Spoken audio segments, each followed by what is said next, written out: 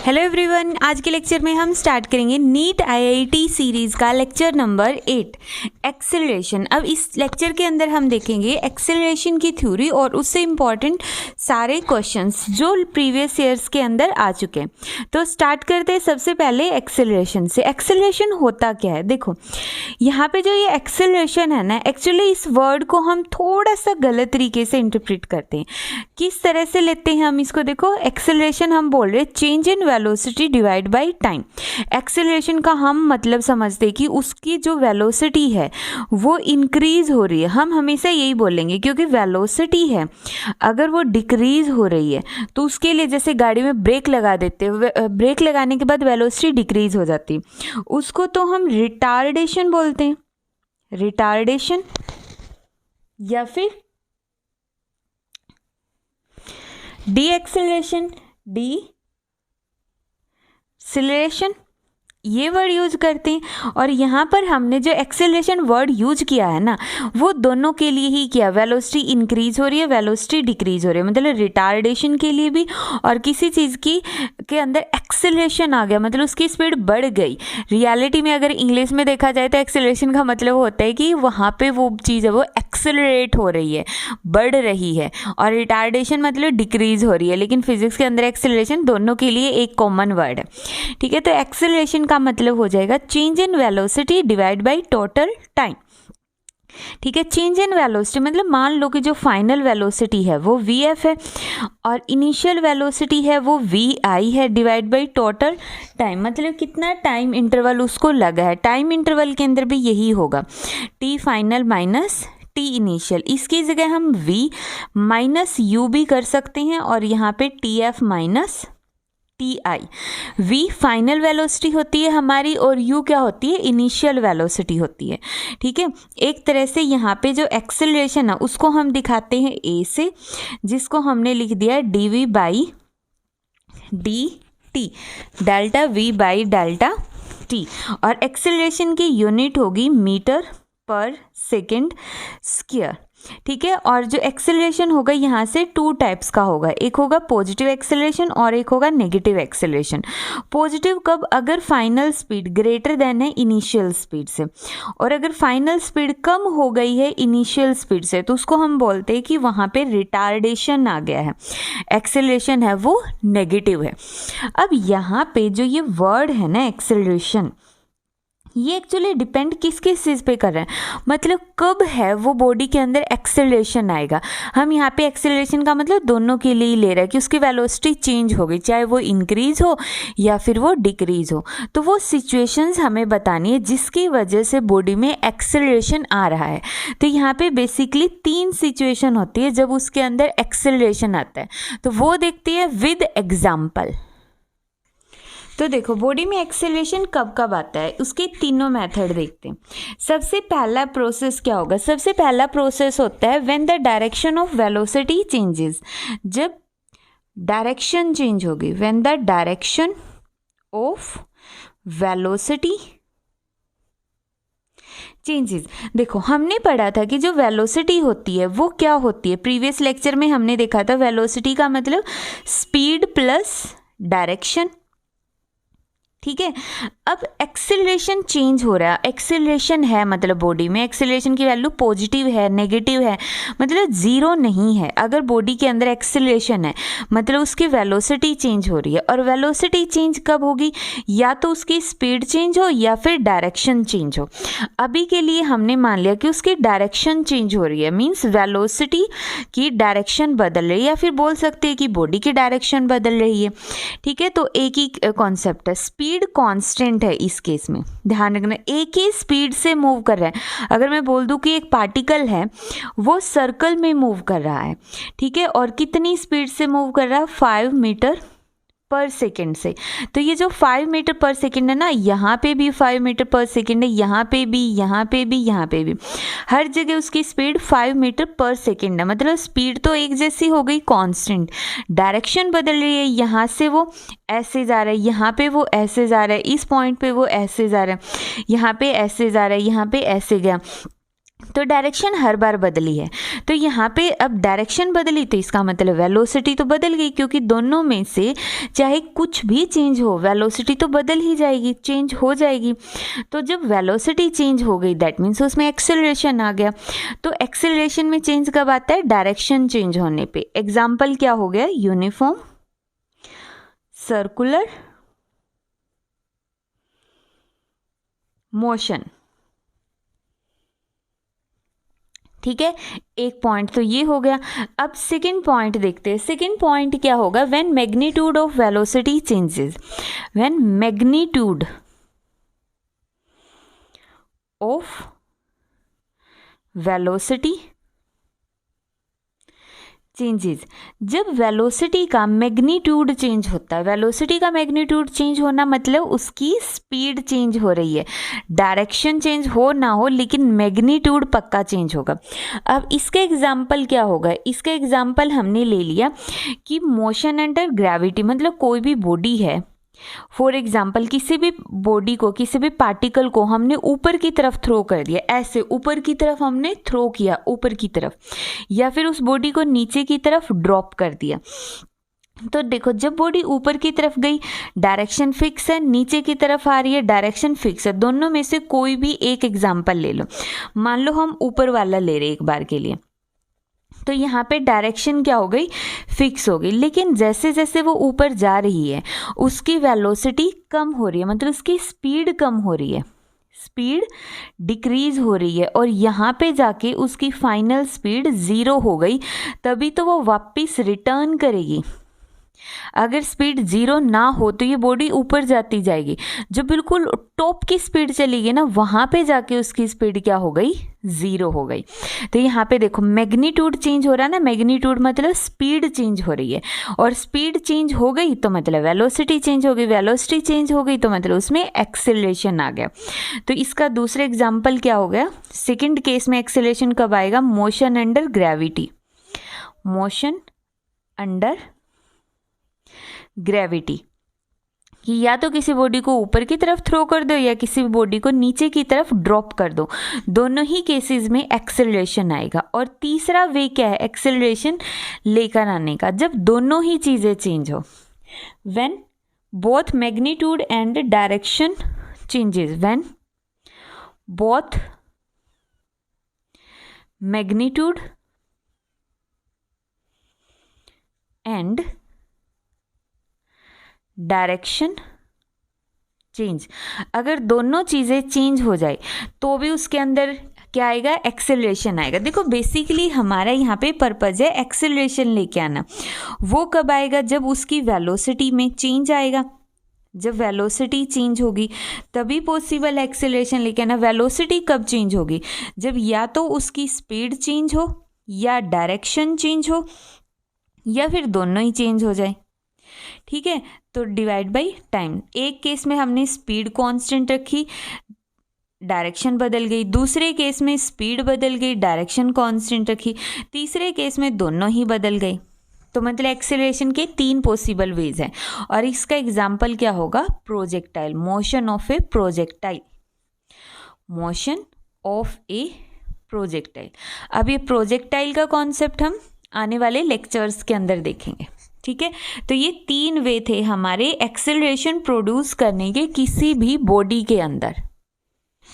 अब इन तीनों केसेस के अंदर हमने ये तो देख लिया कि एक्सेलरेशन प्रोड्यूस हो रहा है। एक पॉइंट और देख लेते हैं, इसके अंदर जो एक्सेलरेशन प्रोड्यूस होगा उस एक्सेलरेशन, वो जो एक्सेलरेशन होगा परपेंडिकुलर होगा वेलोसिटी के। ठीक है, यहाँ पे जब सर्कल में बॉडी मूव कर रही है, यूनिफॉर्म सर्कुलर मोशन के अंदर जब बॉडी मूव कर रही है और उसके अंदर वेलोसिटी चेंज हो रही है, स्पीड कांस्टेंट है लेकिन वेलोसिटी चेंज हो रही है, वेलोसिटी के चेंज होने से एक्सेलरेशन आया, तो वो एक्सेलरेशन है परपेंडिकुलर होगा उसकी वेलोसिटी के, जिसको हम बोलते हैं टेंजेंशियल एक्सेलरेशन। ठीक है, इसके बारे में डिटेल में ये टेंजेंशियल एक्सेलरेशन क्या होता है, सेंट्रीपिटल एक्सेलरेशन क्या होता है, ये सर्कुलर मोशन के का टॉपिक है। सर्कुलर मोशन में जब हम सर्कल का पूरा कॉन्सेप्ट पढ़ेंगे तभी तो हमें पता होगा कि टेंजेंशियल होता क्या है। यहाँ पे तो सिंपल हमें एक्सेलरेशन पढ़ना, ओनली एक्सेलरेशन। ठीक है, बट ये कॉन्सेप्ट समझ लो बस यहाँ से कि इस केस में एक्सेलरेशन परपेंडिकुलर होगा वेलोसिटी के, इस केस में एक्सेलरेशन पैरेलल होगा वेलोसिटी के, या फिर एक्सेलरेशन है वो एंटी पैरेलल होगा, एंटी पैरेलल टू वेलोसिटी। मतलब या तो वेलोसिटी के पैरेलल, जैसे अगर बॉडी नीचे की तरफ आ रही है, वेलोसिटी नीचे की तरफ, एक्सेलरेशन भी ड्यू टू ग्रेविटी नीचे की तरफ, यहाँ पे वेलोसिटी ऊपर की तरफ बट ग्रेविटी तो इसको नीचे ही खींच रहे ना, यहाँ पे एंटी पैरेलल होगा और इस केस में पैरेलल होगा। और इस केस में क्या होगा, हमारे पास जो एक्सेलरेशन है उसके दो कंपोनेंट में डिवाइड हो जाएगा। यहाँ पे एक्सेलरेशन 2 कंपोनेंट में टूटेगा, एक परपेंडिकुलर होगा और एक पैरेलल या फिर एंटी पैरेलल होगा। मतलब दोनों केसेस को हमने मिक्स कर दिया। ठीक है, क्लियर है ये एक्सेलरेशन का कॉन्सेप्ट। अब ये टेंजेंशियल एक्सेलरेशन वगैरह ये यूनिफॉर्म सर्कुलर मोशन में पढ़ेंगे, तो यहाँ से बेसिक सा आइडिया लेना है हमें बस। अब रिटार्डेशन हम देख चुके हैं। अब एक्सेलरेशन के अंदर हमने रिटार्डेशन देख लिया था कि एक्सेलरेशन जब नेगेटिव हो जाता है, मतलब फाइनल वेलोसिटी इनिशियल से कम हो गई तो एक्सेलरेशन हमारे पास नेगेटिव आ गया और इस एक्सेलरेशन का नाम हो जाता है रिटार्डेशन। ठीक है, अब इसी तरह एक्सेलरेशन की हमारे पास 2 टाइप्स होती है, जैसे हमने वेलोसिटी पढ़ी थी। एक तो एवरेज एक्सेलरेशन। एवरेज एक्सेलरेशन क्या कि बॉडी है वो मूव कर रही है, किसी भी तरीके से मूव कर रही है, यहाँ पे उसका एक्सेलरेशन कुछ और है, यहाँ पे कुछ और है, यहाँ पे कुछ और है। मतलब जब उस बॉडी की ओवरऑल मोशन के अंदर उसका एक्सेलरेशन बार बार चेंज हो रहा है, एक्सेलरेशन की वैल्यू अलग अलग है, तो यहाँ पे हम एवरेज कैसे निकालते हैं, उसका हम total change in velocity divide by total time, मतलब हम ये देख लेंगे कि उस जर्नी के अंदर टोटल वेलोसिटी में कितना चेंज आया है और डिवाइड में उसने यहाँ से यहाँ तक कितना टाइम लिया है ट्रैवल करने में। तो यहाँ से यहाँ तक की वेलोसिटी के अंदर ओवरऑल चेंज, टोटल चेंज कितना आया है और डिवाइड बाई उसका टोटल टाइम पीरियड। तो इस तरह से एक्सेलरेशन निकल जाएगा, एवरेज एक्सेलरेशन। अब जो एवरेज एक्सेलरेशन होता है उसकी वैल्यू पॉजिटिव भी हो सकती है और नेगेटिव भी हो सकती है। अगर फाइनल वेलोसिटी ग्रेटर देन है इनिशियल से तो positive, final velocity less than है इनिशियल से तो negative, final velocity equal to है इनिशियल के तो हमारे पास क्या हो जाएगा, एक्सेलरेशन 0। ठीक है, और इंस्टेंटेनियस एक्सेलरेशन मीन्स किसी पर्टिकुलर इंस्टेंट के ऊपर हम जब एक्सेलरेशन निकालते तो उसको हम क्या बोलते हैं, इंस्टेंटेनियस। मतलब एक टाइम इंटरवल पर, जैसे बोल दिया कि एग्जैक्टली 3:5 पर कितना एक्सेलरेशन है उस बॉडी के अंदर, ये इंस्टेंट पे बताओ। तो इसके लिए हम थोड़ा सा इसे पीछे वाले टाइम पे, थोड़ा सा इसे आगे वाले टाइम पे निकाल के उन दोनों का डिफरेंस कर देंगे, क्योंकि एग्जैक्टली तो एक ही टाइम पे हम उस बॉडी की पोजीशन और उस बॉडी का टाइम पीरियड दोनों एक साथ नहीं मेजर कर सकते ड्यू टू अनसर्टेनिटी। ठीक है, तो इसलिए हमने ये टाइम इंटरवल लिया और ये टाइम इंटरवल बहुत ही कम है, मतलब हम एग्जैक्टली एक ही टाइम पे निकाल नहीं सकते, उससे थोड़ा सा पहले और थोड़ा सा बाद वाले का निकाल के दोनों को सब्ट्रैक्ट कर दो तो इंस्टेंटेनियस एक्सेलरेशन आ जाएगा हमारे पास। ठीक है, अब क्वेश्चन ये राइज होता है कि जब हम इसके न्यूमेरिकल सॉल्व करेंगे तो उन न्यूमेरिकल्स के अंदर कॉन्सेप्ट क्या लेंगे। तो देखो बिल्कुल स्टार्टिंग में ही हम समझ लेते, फिर न्यूमेरिकल में दिक्कत नहीं आएगी। इंस्टेंटेनियस एक्सेलरेशन के अंदर हमें दिया मिलेगा कि time is equal to 3 second है, 4 सेकेंड है, इस टाइम पीरियड के ऊपर एक्सेलरेशन निकालो। तो जो भी दे रखा होगा हम उसका डेरिवेटिव कर देंगे। अगर हमारे पास डिस्टेंस दे रखी है तो डिस्टेंस का एक बार डेरिवेटिव करेंगे तो हमारे पास आ जाएगा वेलोसिटी, तो वेलोसिटी निकल गई।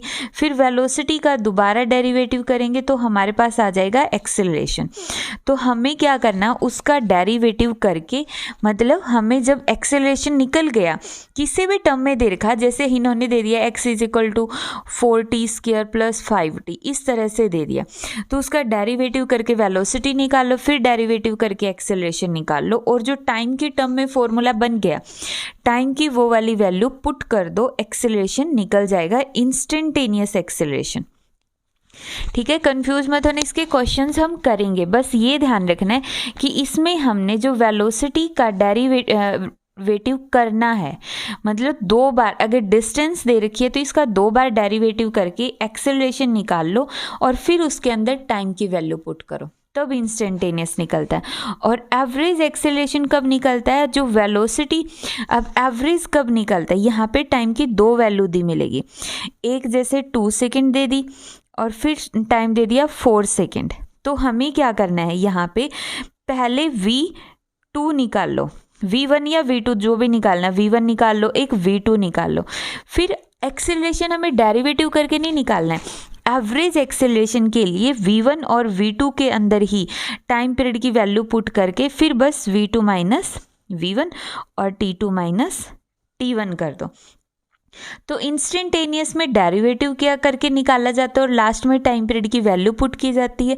और यहाँ पे वेलोसिटी के अंदर ही टाइम पीरियड की वैल्यू पुट करके फिर वेलोसिटी के डिफरेंस दिखा दो, वहाँ से एवरेज एक्सेलरेशन निकल जाएगा। ठीक है, तो बहुत ही ईजिली इस तरह से क्वेश्चंस को हम कर सकते हैं, कन्फ्यूजन भी नहीं होगी। तो क्वेश्चंस ट्राई करते हैं एक्सेलरेशन के कॉन्सेप्ट पे। इससे पहले हम एक्सेलरेशन का एक फॉर्मूला और देख लेते हैं। देखो A = हमारे पास अभी हमने देखा dv/dt। मैं एक बार दोबारा बता रही हूँ, x क्या होता है, डिस्टेंस या डिस्प्लेसमेंट। इसका एक बार डेरिवेटिव करेंगे तो वेलोसिटी, और वेलोसिटी का एक बार डेरिवेटिव करेंगे तो हमारे पास आ जाएगा एक्सेलरेशन। या फिर यहाँ पे v की वैल्यू पुट कर दो dx/dt। तो एक्सेलरेशन का एक और फॉर्मूला क्या बन गया, d²x/dt²। इसका एक फॉर्मूला और बनता है यहाँ से, मतलब वेलोसिटी का एक्सेलरेशन का एक फॉर्मूला ये हो गया, एक्सेलरेशन का एक फॉर्मूला हो गया d²x/dt²।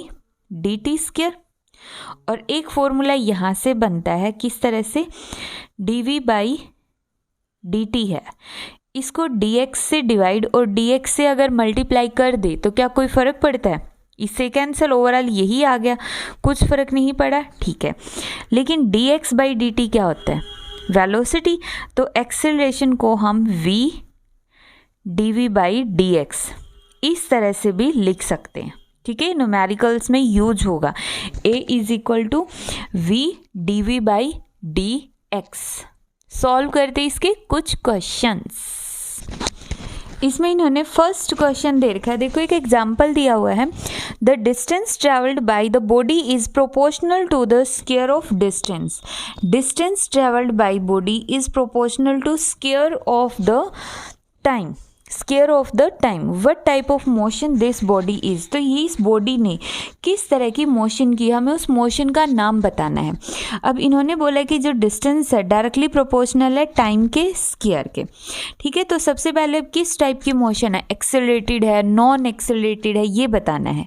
तो उसके लिए वेलोसिटी निकालते, पहले सबसे पहले इसका प्रोपोर्शनैलिटी का सिंबल हटा लो, तो कोई कांस्टेंट लिख दो, मान लो k लिख लेते हैं, c लिख सकते हो, जो लिखना लिखो, k लिख लेते, kt²। dx/dt डेरिवेटिव कर दो तो क्या निकल गई, वेलोसिटी। किसके इक्वल आ गया, डेरिवेटिव करेंगे तो ट्वाइस ऑफ kt। एक बार फिर से डेरिवेटिव कर दो dv/dt, तो एक्सेलरेशन आ जाएगा। तो यहाँ से किसके इक्वल आ गया, ट्वाइस ऑफ k के इक्वल आ गया। 2k यहाँ पे क्या है, अब कांस्टेंट है, कांस्टेंट है तो इसको हम क्या बोलते हैं कि एक्सेलरेशन हमारे पास आ गया कांस्टेंट, 2 भी कांस्टेंट, k भी कांस्टेंट। तो हम बोल सकते हैं कि body has uniform accelerated motion, uniform accelerated motion मतलब बॉडी के अंदर हमेशा जो एक्सेलरेशन है ना वो यूनिफॉर्म रहता है। यूनि मतलब एक जैसी, सिंगल फॉर्म में, यूनिफॉर्म मतलब एक जैसी फॉर्म में, चेंज नहीं होता बार बार, टाइम पे डिपेंड नहीं कर रहा है। अगर टाइम पे डिपेंड करता तो वो नॉन एक्सेलरेटेड होता, सॉरी मतलब वहाँ पे नॉन यूनिफॉर्म मोशन होती, लेकिन यहाँ पे यूनिफॉर्म मोशन है मतलब टाइम एक्सेलरेशन की वैल्यू कांस्टेंट रहेगी। ठीक है, नेक्स्ट क्वेश्चन, सेकेंड क्वेश्चन बहुत ही इंटरेस्टिंग और बहुत इंपॉर्टेंट है। देखो, give example where the velocity is in opposite direction to the acceleration. खुद अपना माइंड यूज करो, क्या हो सकता है। इन्होंने कहा है कि वेलोसिटी की डायरेक्शन अगर ऐसे है तो एक्सेलरेशन की इससे अपोजिट होगी। वेलोसिटी अगर ऐसे है तो एक्सेलरेशन इस तरह से होगा, वेलोसिटी इस तरफ है तो एक्सेलरेशन इस तरफ होगा, वेलोसिटी इस तरफ है तो एक्सेलरेशन इस तरफ होगा। तो मतलब जो वेलोसिटी और एक्सेलरेशन है एक दूसरे से अपोजिट डायरेक्शन में है। तो यहाँ पे हम एग्जाम्पल देना, कोई भी एग्जाम्पल सोच के बताओ कि जब बॉडी की मोशन तो किसी और तरफ हो रही हो और उसके अंदर जो एक्सेलरेशन हो वो किसी और तरफ हो। सेकेंड टाइप एक्सेलरेशन की कि जब हम बॉडी को ऊपर की तरफ थ्रो करते हैं, बॉडी प्रोजेक्टेड अपवर्ड, जब हमने किसी भी बॉडी को ऊपर फेंका मतलब ऐसे थ्रो कर रहे हैं।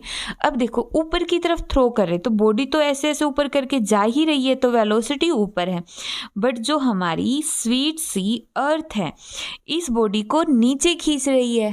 तो ये हो गया इसका एक्सेलरेशन, जिसको हम ए से भी दिखा सकते हैं, जी से भी दिखा सकते हैं। तो एक्सेलरेशन डाउनवर्ड में, वेलोसिटी अपवर्ड में। तो जब भी बॉडी ऊपर की तरफ जाएगी तो एक्सेलरेशन और वेलोसिटी दोनों एक दूसरे से अपोजिट होंगे। ठीक है, अब इसका second part, velocity of A particle is zero but it's acceleration is not zero. Velocity zero है बट एक्सेलरेशन ज़ीरो नहीं है। तो यहाँ पे बताओ, सोचो, हिंट है कि ये इसी तरह से सॉल्व होगा, मतलब यहीं पे इसका आंसर है। हाँ, जब हमने किसी बॉडी को ऊपर की तरफ थ्रो किया एक टाइम पर बिल्कुल ऊपर जाके मैक्सिमम हाइट पे जैसे ही बॉडी पहुंच गई उसकी वेलोसिटी ज़ीरो, बट एक्सेलरेशन जो हमारी अर्थ होगी वो तो अभी भी इसको नीचे ही खींच रही है ना, तो मतलब उसका एक्सेलरेशन तो किसके इक्वल है, जी के इक्वल। तो वेलोसिटी ज़ीरो हो सकती है बट एक्सेलरेशन यहाँ पे फिर भी नॉन ज़ीरो हो सकता है। मतलब ज़रूरी नहीं है कि ऐसा भी हो सकता है कि v ज़ीरो और एक्सेलरेशन भी ज़ीरो हो, ये नॉर्मल है। बट ये एक स्पेशल केस है कि वेलोसिटी ज़ीरो हो गई बट फिर भी उसमें एक्सेलरेशन है, क्योंकि वहाँ पे एक्सेलरेशन कोई एक्सटर्नल बॉडी लगा रही है, एक्सेलरेशन उस बॉडी का खुद का नहीं है। यहाँ पे जो एक्सेलरेशन है ये दूसरी बॉडी ने, अर्थ ने उस पर लगा, अर्थ उसको अपनी तरफ अट्रैक्ट कर रही है। ठीक है, हमने बॉडी को थ्रो किया, फाइनल स्पीड ज़ीरो हो गई तो क्या हो गया, बट उसके अंदर अभी भी क्या है, एक्सेलरेशन है। ठीक है, नेक्स्ट पार्ट इन्होंने थर्ड पार्ट में दे दिया कि velocity is perpendicular to the acceleration. ये हमें पता ही है, यूनिफॉर्म सर्कुलर मोशन। इसके अंदर क्या होता है, जो वेलोसिटी होती है परपेंडिकुलर टू द एक्सेलरेशन होती है। डिटेल में किस तरह से होती है, सर्कुलर मोशन के अंदर पढ़ेंगे। अब देखते हैं थ्योरी के अंदर जो लास्ट के 2 पॉइंट्स पढ़े थे ना हमने, एक तरह से क्वेश्चन सॉल्व करने की ट्रिक, उसके ऊपर बेस्ड क्वेश्चंस देखते हैं। इन्होंने दे दिया velocity is equal to 2t² minus 3t plus 10। Find the instantaneous acceleration at time is equal to 5 second. यहाँ पे हमें क्या निकालना है, एक्सेलरेशन निकालना है। हमें पता है एक्सेलरेशन निकालने का सिंपल सा फॉर्मूला होता है dv/dt। ठीक है, dv/dt डेरिवेटिव करो, 2t² 4t माइनस 3t का 3, 10 का 0, तो एक्सेलरेशन आ गया 4t माइनस 3। अब इंस्टेंटेनियस में हमने क्या कहा था, कैसे निकालते हैं, सिर्फ जो भी, अगर इसमें तो वेलोसिटी दे रखी है, ठीक है, अगर डिस्टेंस दी होती तो 2 बार डेरिवेटिव कर दो, वेलोसिटी दे रखी है तो 1 बार डेरिवेटिव करके आंसर निकल गया हाफ। अब वैल्यू पुट करनी है क्योंकि हमें इस पर्टिकुलर टाइम पीरियड पे निकालनी है ना, तो वैल्यू पुट कर दो 5 माइनस 3, तो एक्सेलरेशन आ गया 17 metre per second square. Simple सा क्वेश्चन है बिल्कुल। इंस्टेंटेनियस में हम ऐसे ही कैलकुलेशन करते हैं। देखो नेक्स्ट क्वेश्चन के अंदर दोनों टाइप के एक्सेलरेशन देखेंगे हम। इसमें इन्होंने क्या देखा है कि x is equal to this term 10t plus 15t³। सबसे पहले एवरेज एक्सेलरेशन निकाल लो, तो एवरेज एक्सेलरेशन के लिए पहले वेलोसिटी निकाल लो, एक बार डेरिवेटिव करो 10 45t², फिर एक बार और डेरिवेटिव कर दोगे तो एक्सेलरेशन कितना आ गया 90t। ठीक है, ये आ गया हमारे पास एक्सेलरेशन। अब बट हमें जब एवरेज निकालना हो ना तो यहाँ तक नहीं करना है, सिर्फ यहीं तक करना है, एक ही बार निकाल दो। तो उसके लिए सबसे पहले देखो v इस टाइम पीरियड पे, जब टाइम कितना हो 2 हो, वैल्यू पुट करो 10 + 45, t का स्क्वायर मतलब 2 का स्क्वायर कितना आ गया 10 + 45 इंटू 4, 45 इंटू जब हम 4 पुट करेंगे तो आंसर हमारे पास कितना आएगा 190। फिर t की वैल्यू 0 पुट करो, t की वैल्यू 0 पुट करेंगे तो पूरी टर्म 0, ये बच गई 10 एज इट इज़। तो अब एवरेज एक्सेलरेशन कैसे निकलेगा, एवरेज एक्सेलरेशन निकलेगा v जब टाइम 2 था माइनस v जब टाइम 0 था, और t2 माइनस t1, मतलब v2 कितना है 190, v1 कितना है इनिशियल 10, और t2 टाइम पीरियड का डिफरेंस कितना है 2 - 0 2, तो यहाँ से हो गया 180 डिवाइड बाई 2 कितना आ गया 90 मीटर पर सेकेंड स्क्वायर। तो एवरेज एक्सीलरेशन तो हमें इस तरह से निकालना है, सबसे पहले वेलोसिटी का जो भी डेरिवेटिव है उसके अंदर अलग अलग वैल्यूज पुट करके अपना निकाल दो, simple, change in velocity divide by change in time. और अब इसके सेकंड पार्ट के अंदर इन्होंने बोला है instantaneous acceleration. Instantaneous acceleration time period कितना है 2 सेकेंड, तो उसके लिए वेलोसिटी का एक बार और डेरिवेटिव करो, और यहाँ पे कितने टाइम पे निकालना है 2 सेकेंड पे निकालना है, तो टाइम की वैल्यू 2 पुट कर दो, आंसर कितना आ जाएगा 180 मीटर पर सेकेंड स्क्वायर। तो इस तरह से हमारा क्वेश्चन सॉल्व होगा। इंस्टेंटेनियस एक्सेलरेशन इस तरह से निकालते हैं और एवरेज एक्सेलरेशन हम इस तरह से निकालते हैं। आई थिंक अब क्वेश्चंस कर सकते हैं हम इंस्टेंटेनियस के भी और एवरेज एक्सेलरेशन के भी। इसके कुछ और क्वेश्चंस देखते हैं, बाकी इस जैसे क्वेश्चंस की अभी प्रैक्टिस कर सकते हो। अब इसका एक एग्जाम्पल और देखते हैं, बहुत ही इंटरेस्टिंग सा और बहुत ही अच्छा सा। इन्होंने दे दिया अच्छा सा, क्वेश्चंस भी अच्छे से होते हैं इस तरह से, एक तो ये टर्म दे दी और एक सिर्फ v का मोड ले लिया। ये पता होगा मोड क्या होता है, जब हम वेक्टर क्वांटिटी पे इस तरह से लगा देते हैं ना, इस तरह से वेक्टर क्वांटिटी पे मोड लगा दिया तब वो स्केलर क्वांटिटी बन जाती है, ठीक है। तो यहाँ पे इन्होंने ये 2 टर्म दे रखी है। तो फर्स्ट पॉइंट में बोल दिया what does these terms represent, ये दोनों टर्म्स क्या रिप्रेजेंट करती हैं। सबसे पहले ये टर्म देखो, हमें पता है कि d v vector divide by d t, ये हो गया change in velocity divide by time period, तो मतलब एक्सेलरेशन ही है एक तरह से अंदर और उसका मोड। तो इसको तो हम बोलते हैं टेंजेंशियल एक्सेलरेशन है ये क्या है टेंजेंशियल एक्सेलरेशन, या फिर इसको बोल दो कि दिस रिप्रेजेंट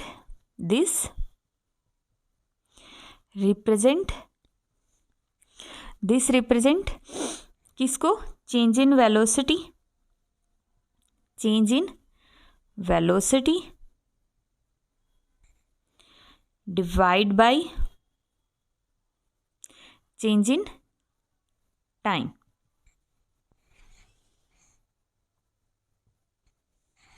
ठीक है, या फिर इसको बोलते हैं कि टोटल एक्सेलरेशन, या फिर इसको हम क्या बोलेंगे मैग्नीट्यूड ऑफ, क्योंकि देखो dv by d T change in velocity divide by change in time क्या होगा एक्सेलरेशन, तो magnitude of total acceleration, magnitude of total acceleration यही होगा। दूसरा ये क्या है, यहाँ पे समझो ये वाली टर्म क्या है, ये बहुत इंटरेस्टिंग है, d divide by d T. अब हमें ये तो पता है ये क्या होती है, जब हम v के ऊपर वेक्टर लगा देंगे, सिंपली v जो रिप्रेजेंट करता है, ये तो रिप्रेजेंट करता है स्पीड को, इस पे जो ये वेक्टर लगा दिया, ये वेक्टर रिप्रेजेंट करता है इसके डायरेक्शन को, तो मतलब v वेक्टर रिप्रेजेंट करेगा स्पीड प्लस डायरेक्शन को, एक तरह से बोलेंगे वेलोसिटी। तो स्पीड को हम दिखाते v से, वेलोसिटी को दिखाते v वेक्टर से, तो यहाँ पे ये है स्पीड, तो इसको हम क्या बोलेंगे, this term represent time rate of change of speed. किसको दिखाती है, time rate of change of speed को। ये वाली टर्म थी वेलोसिटी का टाइम रेट ऑफ चेंज, और ये वाली स्पीड का टाइम रेट ऑफ चेंज को दिखाती है। हो गया first point clear. Second point, second part में इन्होंने बोल रखा है क्या ये दोनों इक्वल हो सकते हैं, बिल्कुल हो सकते हैं। वेलोसिटी और स्पीड इक्वल कब होते हैं, ये वेलोसिटी ये स्पीड इक्वल कब होते हैं, जब बॉडी की मोशन है, वो मूवमेंट है, वो स्ट्रेट पाथ में हो रही हो। डायरेक्शन चेंज हो गई तो वेलोसिटी और स्पीड अलग अलग हो गई, बट जब तक वो स्ट्रेट पाथ में है तब तक वेलोसिटी और स्पीड दोनों इक्वल है। तो ये दोनों इक्वल कब होंगी, जब तक कोई भी पार्टिकल स्ट्रेट पाथ में मूव करता है। थर्ड पार्ट देखो, थर्ड पार्ट में इन्होंने क्या बोल रखा है, can d v vector divide by d t. Third part में इन्होंने बोला ये वाली पूरी टर्म तो ज़ीरो है, बट मतलब ये वाली तो ज़ीरो हो जाए, लेकिन ये पूरी टर्म ज़ीरो के इक्वल ना हो। तो ऐसा कैसे पॉसिबल हो सकता है, इसका डेरिवेटिव ज़ीरो होगा तभी तो। मतलब ये जो है ना, इस टर्म का मतलब क्या है, इस टर्म का मतलब है कि जब ये वाली टर्म कांस्टेंट हो जाए या फिर ज़ीरो हो जाए तभी तो उसका डेरिवेटिव ज़ीरो होगा। तो एक बार के लिए हम बोल देते कांस्टेंट हो जाए। ये क्या है, स्पीड कांस्टेंट हो। मतलब हमें एक ऐसा केस कंसीडर करना है, ऐसा केस सोचना है जिसकी स्पीड तो कांस्टेंट हो बट वेलोसिटी चेंज हो रही हो, क्योंकि यहाँ पे नॉट इक्वल टू ज़ीरो, तो मतलब वेलोसिटी चेंज हो। पॉसिबल है एक ही मोशन के अंदर। बिल्कुल सर्कुलर में अगर कोई भी पार्टिकल कांस्टेंट स्पीड से सर्कल में मूव कर रहा है, स्पीड कांस्टेंट है बट डायरेक्शन बदल रही है, तो वेलोसिटी चेंज होगी। समझ आया। तो यूनिफॉर्म सर्कुलर मोशन एक ऐसा एग्जाम्पल है जहाँ पे देखो स्पीड तो कांस्टेंट है बट वेलोसिटी चेंज हो रही है, और उसी वजह से वहाँ पे एक्सेलरेशन होता है। ठीक है, मतलब dv बाई dt का मोड ये तो नॉट इक्वल टू ज़ीरो है, लेकिन वेलोसिटी का डेरिवेटिव किसके इक्वल हो गया, ज़ीरो के इक्वल। है ना इंटरेस्टिंग बहुत। तो इसको ध्यान से समझ लेना सर्कुलर मोशन में।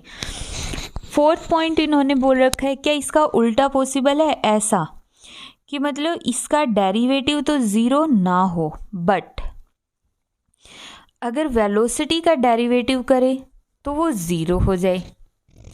इसका मतलब यहाँ पे जो स्पीड है वो तो चेंज हो रही हो, स्पीड तो क्या हो रही हो, चेंज हो रही हो, लेकिन वेलोसिटी कांस्टेंट रहे, वेलोसिटी कांस्टेंट है, तभी तो उसका डेरिवेटिव ज़ीरो होगा जब ये वाली टर्म कांस्टेंट होगी। कैसा पॉसिबल है, बिल्कुल भी नहीं।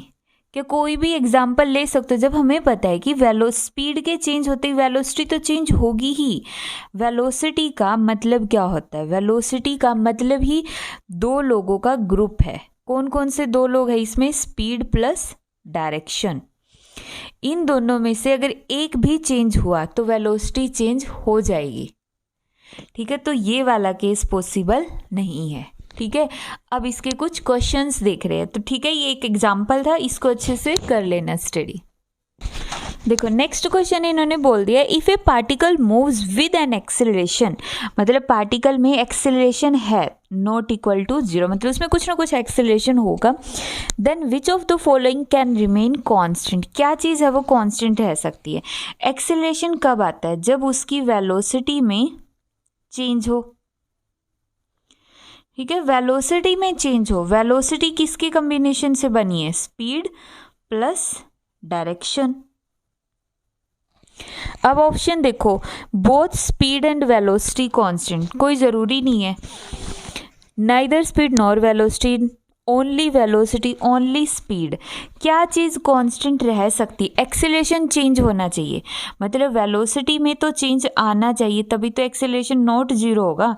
तो स्पीड है, अगर वो कांस्टेंट हो भी गई और डायरेक्शन चेंज हो गई तो स्पीड के कांस्टेंट रखने से भी काम चल जाएगा, सिर्फ उसकी डायरेक्शन बदल दो, डायरेक्शन बदलते ही वेलोसिटी बदल गई, वेलोसिटी के बदलते ही एक्सेलरेशन चेंज हो गया। तो हमारा आंसर क्या आ जाएगा, ऑप्शन नंबर डी। ठीक है, नेक्स्ट क्वेश्चन। नेक्स्ट क्वेश्चन बड़ा इंटरेस्टिंग है। इन्होंने बोला है body is moving with velocity 30 metre per second toward the east. अपनी डायरेक्शन फिक्स रखो कि ये नॉर्थ है, ये साउथ है, ये ईस्ट है और ये वेस्ट है। इन्होंने बोला है कि एक बॉडी है मूव कर रही है with velocity 30 metre per second toward east. East में जा रही है एक बॉडी 30 मीटर पर सेकेंड से, ठीक है। After 10 second its velocity becomes 40 metre per second toward north, ठीक है। 10 सेकेंड इसने कितना टाइम में ये डिस्टेंस ट्रैवल किया, 10 सेकेंड में। उसके बाद इसने नॉर्थ में जाना शुरू कर दिया। नॉर्थ तो ऊपर है ना, ऊपर गई, कितना 40 मीटर पर सेकेंड से जाना स्टार्ट कर दिया, ठीक है, toward north. The average acceleration of body is. अब एवरेज एक्सेलरेशन बताओ। अब हमें पता है कि एवरेज निकालने का फॉर्मूला तो ये होता है ना, final velocity minus initial velocity divide by total time period. तो कैसे निकालेंगे? सबसे पहले इस वेलोसिटी को देखो, फाइनल वेलोसिटी 40, इनिशियल वेलोसिटी है 30, बट ध्यान दो डायरेक्शन अलग अलग है। 40 तो है जे कैप और इनिशियल कितना है आई कैप, ठीक है। और टोटल टाइम पीरियड, सॉरी ये जो 10 सेकेंड है ना, ये टोटल ही है, मतलब 10 सेकेंड के बाद जब वो बॉडी यहाँ पहुंची उसको टोटल टाइम कितना हो चुका था, 10 सेकेंड हो चुका था। यहाँ पे 0 सेकेंड से स्टार्ट किया, यहाँ पे 10 सेकेंड हो गई, तो टोटल टाइम में चेंज कितना आया, 10 आया। तो एवरेज एक्सेलरेशन आ गया उसका इतना। बट हमारे ऑप्शन में कोई भी नहीं है इनमें से, आई जे की फॉर्म में ही नहीं है, तो मतलब इसका मोड ले लो, मोड की टर्म में ही करेंगे ना। तो मोड की टर्म में करने के लिए हम क्या करेंगे, 40 का स्क्वायर प्लस 30 का स्क्वायर, ठीक है। और इन दोनों के बीच का एंगल 90 डिग्री है। तो थर्ड टर्म यहाँ पे क्या होता है, देखो एक पॉइंट पे अगर 2 डायरेक्शन लग रही हो ना, इसका वैल्यू थीटा है, इसको मान लो कोई भी टर्म है x, इसको y। तो जब भी एक पॉइंट पे 2 डायरेक्शन लग रही है तो उसका रिजल्टेंट निकालने का तरीका क्या होता है, √x का स्क्वायर प्लस y का square plus twice of xy cos of theta. Theta ये वैल्यू। अब हमारे केस में कितना है, देखो एक है 40 का स्क्वायर। अब इससे कोई फर्क नहीं पड़ता पॉजिटिव नेगेटिव, नेगेटिव है भी ना तो इसको नेगेटिव ले लो, प्लस माइनस 30 का स्क्वायर, फिर यहाँ पे ट्वाइस ऑफ x कितना है, यहाँ पे 30, y कितना है 40, नेगेटिव हमने बाहर ले लिया, और कोस ऑफ इन दोनों के बीच का एंगल कितना है 90, कोस 90 0, तो पूरी टर्म हो गई 0, इसलिए सिर्फ यही टर्म बच गई। और जब हम इसको सॉल्व करेंगे तो हमारे पास क्या आएगा, 40 का स्क्वायर 1600, 900, और जब हम इसको सॉल्व करेंगे तो 2510, तो 50 डिवाइड बाई 10 और हमारे पास आंसर आ गया 5। एक्सेलरेशन है तो metre per second square. Option यहाँ पे भी हो सकते थे, तो ऑप्शन में इतना भी दिया हो सकता था तो यहाँ तक करके छोड़ देते। तो ऑप्शन पे डिपेंड करता है हमें यहाँ तक निकालना है या फिर यहाँ तक निकालना है, ठीक है। समझ आ रहे हैं क्वेश्चंस? कुछ क्वेश्चंस और देखते हैं इसके।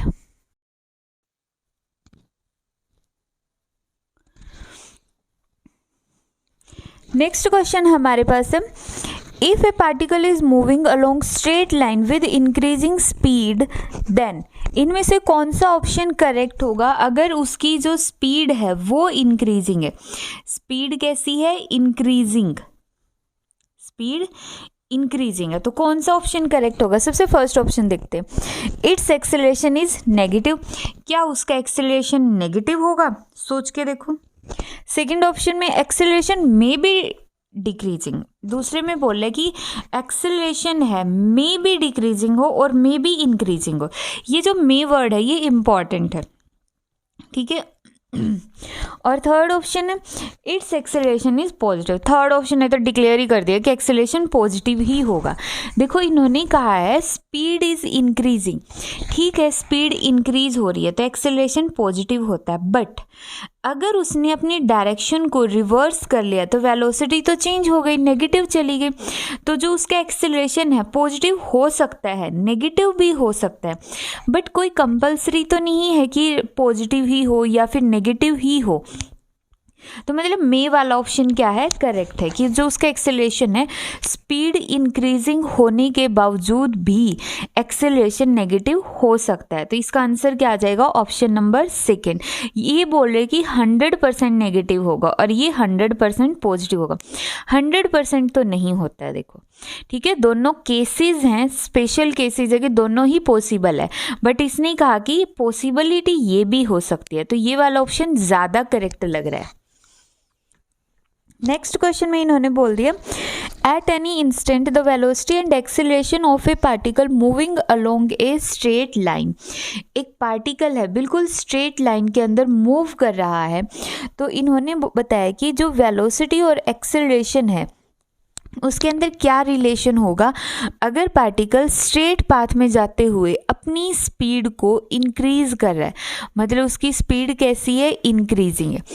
अब देखो यहाँ पे स्पीड इंक्रीजिंग है, तो स्पीड अगर इंक्रीजिंग है तो उसकी वेलोसिटी भी इंक्रीजिंग होगी, कंपल्सरी है। क्यों? क्योंकि स्ट्रेट पाथ में मूव कर रहा है।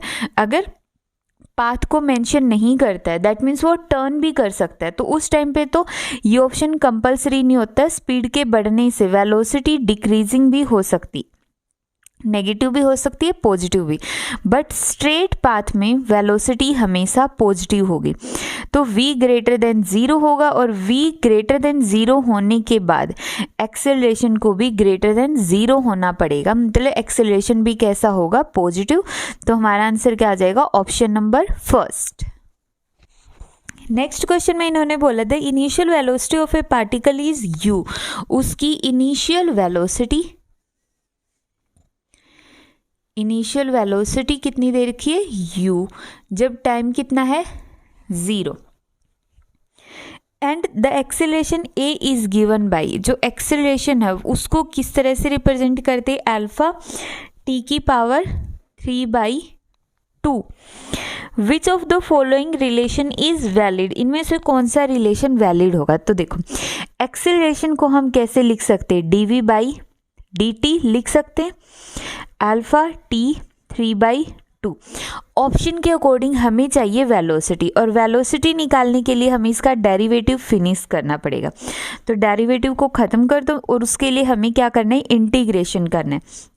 तो इसका तो इंटीग्रेशन करेंगे v, इसका इंटीग्रेशन करेंगे अल्फा t की पावर 3/2 + 1 डिवाइड बाई 3/2 + 1 और इंटीग्रेशन कांस्टेंट c।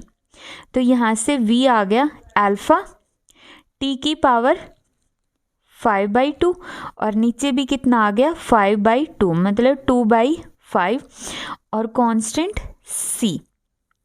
क्या ऑप्शन मैच हो रहा है, नहीं हो रहा है। ऑप्शन में दे रखा है u, तो u कब आता है, जब टाइम 0 है।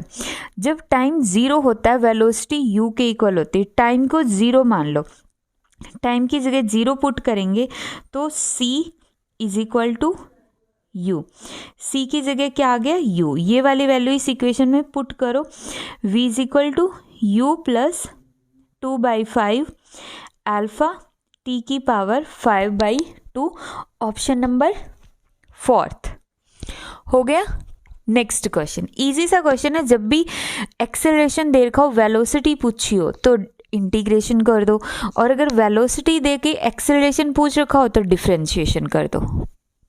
आज का हमारा लास्ट क्वेश्चन है, a particle moves in a straight line and its position x at time t is given by x² is equal to 2 + t। Its acceleration, अब एक्सेलरेशन बताओ कितना होगा। तो सिंपल एक्सेलरेशन हमें पता है किसके इक्वल होता है, d² x divide by dt², मतलब एक तरह से एक्सेलरेशन होता है dv/dt और v की जगह dx/dt। तो यहाँ से 2 बार डेरिवेटिव चाहिए हमें x का, तो यहाँ से सबसे पहले x निकाल लो। x किसके इक्वल होगा 2 + t और इसकी पावर 1/2। जब स्क्वायर को इस साइड लेके आएंगे तो किस में कन्वर्ट हो जाएगा, अंडर रूट में।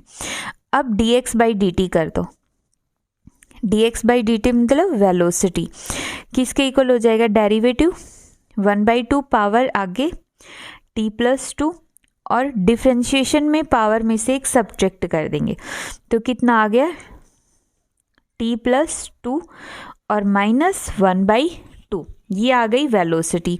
बट हमें चाहिए एक्सेलरेशन, एक्सेलरेशन के लिए इस टर्म का दोबारा से डेरिवेटिव कर दो, दोबारा से डेरिवेटिव करेंगे तो पावर एज इट इज आगे t प्लस 2, पावर में से फिर से एक सब्ट्रैक्ट कर दो, डिफ्रेंशिएशन ऐसे ही करते तो यहाँ से कितना आ गया हमारे पास, यहाँ से टर्म आ गई -1/4 t प्लस 2 की पावर -3/2 एक्सेलरेशन। अब इसको हम ऐसे लिख सकते -1/4 t प्लस 2 की पावर 3 और इस पूरे की पावर 1/2 लिख सकते हैं। 3/2 हो गए, डिनोमिनेटर में ले गए तो प्लस का हो गया। ऑप्शंस देखो, ऑप्शन में दे रखा है x की टर्म में, x की टर्म में अगर ऑप्शन है तो इस पूरी टर्म की जगह हम क्या लिख सकते हैं, 2 + t की जगह x स्क्वायर और इसकी पावर 3 और पूरे का रूट, ठीक है, स्क्वायर से रूट कैंसिल तो कितना आ गया -1/4 x की पावर क्यूब, तो ऑप्शन नंबर सी। तो ये थे हमारे एक्सेलरेशन के कुछ इंपॉर्टेंट क्वेश्चंस, और जो ग्राफ वाले क्वेश्चंस होंगे, मतलब ग्राफ के ऊपर हम एक अलग से वीडियो बनाएंगे जिसके अंदर सारे के सारे ग्राफ कवर किए जाएंगे। तो अभी ये हमारे पास सिंपल सारे के सारे क्वेश्चंस थे जो एक्सेलरेशन से रिलेटेड थे और बहुत सारे एग्जाम्स के अंदर रिपीटेड है।